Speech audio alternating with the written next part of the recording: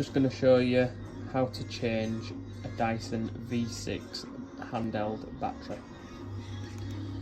First you've got to start by taking the canister off.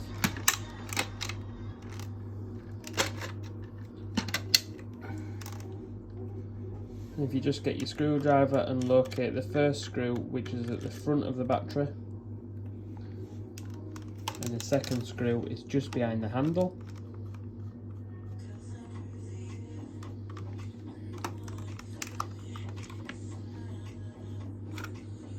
Battery then comes off, so you'll be left with the canister and the frame, and you get the replacement battery. Simply pushes in, and then again you just need to locate your screws. One goes in the handle at the rear,